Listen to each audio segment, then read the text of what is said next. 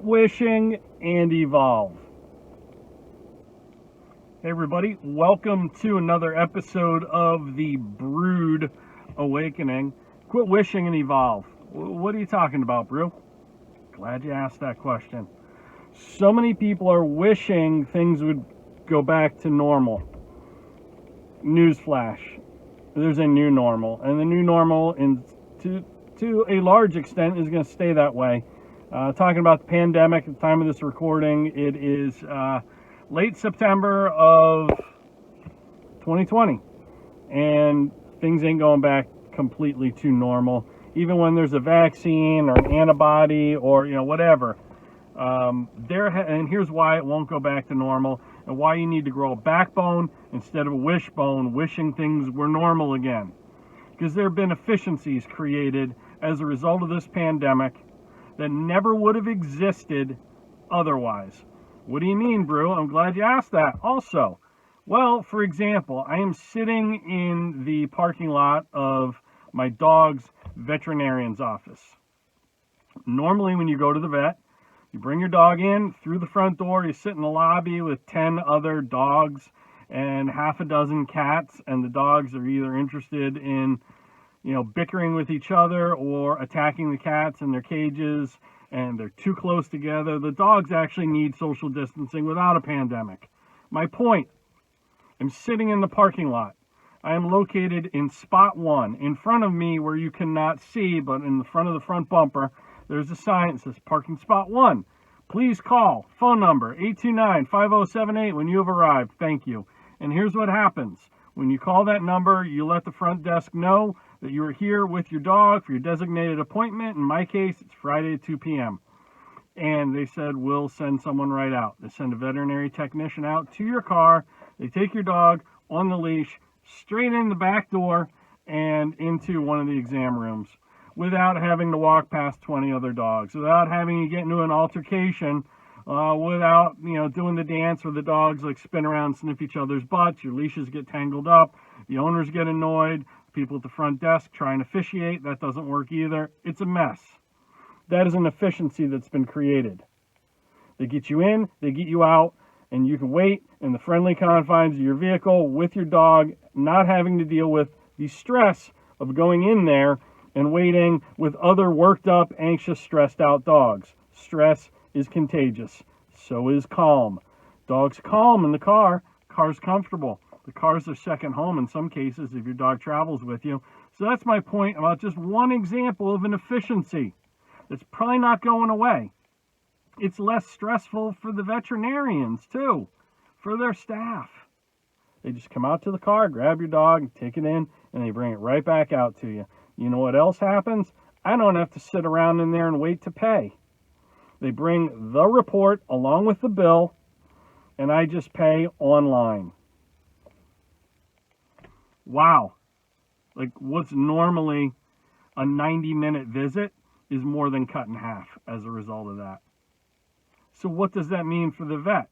It means actually they can fit in more visits, which means more revenue for them, right? Plus, they save me time. I would be incredibly disappointed if they went back to the old way of doing business. Now, if there's some horrible traumatic experience my pet's having, do I want to be in the exam room with him? Yeah. And besides, my dog is a supermodel. He's a black Labrador Retriever. He's been in the Orvis catalog, and he's been on the cover of the Eddie Bauer catalog. He's more of a celebrity and a household name than I'll ever be. So we got to protect our investment. I sometimes probably would want to be in the exam room if something really bad happened to him. I had to rush him here. But as I digress, efficiencies. There are efficiencies with restaurants now. Takeout service, much faster. You can order online, and when you pull up, they bring your food right out to you. You pay online. That never used to happen. People would go, order, sit at the bar, wait outside, wait in the lobby, clog up the lobby, take up the seating in the lobby that diners could have been sitting there waiting for, as they're just waiting on their phone, watching YouTube videos like this, waiting to get takeout.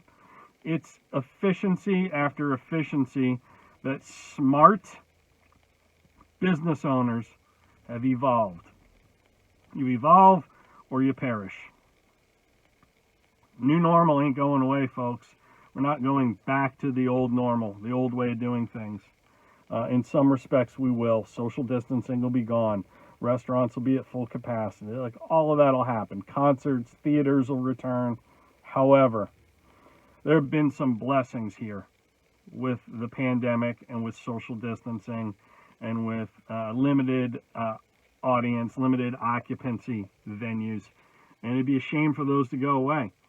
So my question for you is, how are you revolutionizing or evolving your business, your service, the delivery method of whatever your value proposition is for your audience? Because I guarantee you one thing. If you're not doing that, one of your competitors is. And as soon as your customers find out they've created an efficiency, the competition, that you haven't, that's the day you lost that customer's business. Sadly, some of you won't realize that until after it happens. Take a look at other industries. What's happening? Like the example of this vet's office that I'm at right now with my dog. His name's Quincy, by the way. Follow him on Instagram, at Quincy the Model. At Quincy the Model. So take a look at what this vet office is doing. They've created this efficiency. You wait in your car. You know, the dog doesn't have to get all amped up and anxious inside. They don't have to have all that interaction with potentially other sick dogs. He's just here for his immunizations and a checkup. But, you know, do you really want your dog who's healthy getting infected by a dog with kennel cough because they're in the lobby, forced to be right next to each other? No, you don't. So how can you create an efficiency similar to this? Curbside, drive up, call in, pick up, delivery, whatever it might be for your product, your service, your brand. How are you making things easier? Number one, and with less friction for your audience, your customer experience. I mean, that's really what this is. It's a friction-free environment. I have the opportunity to shoot this video, to return phone calls, to check emails, to do things that I couldn't do in a crowded, loud, noisy waiting room while I have to hold my dog back from, you know, meeting other animals. It's a blessing. So instead of looking at what's happening as a curse, find a way to make it a blessing, both for yourself and also, more importantly, for your audience. It causes incredible word of mouth, and it causes great customer retention, which at a time when people are spending less money and have less disposable income, you damn well better be doing everything in your power to try and retain. Yeah, it's that simple. Create an efficiency right now. Don't wait, because somebody else in your industry, in your market, is probably already doing that. That concludes this episode of the Brood Awakening. As I share this with you, there is a vet technician delivering the person in the car next to me. Sorry, the person in a socially distanced car, 2 spaces away from me, delivering her cat to her. So, with that in mind, this has been the Brood Awakening. You want more content like this, head over to my website, coachbrew.com. Thank you.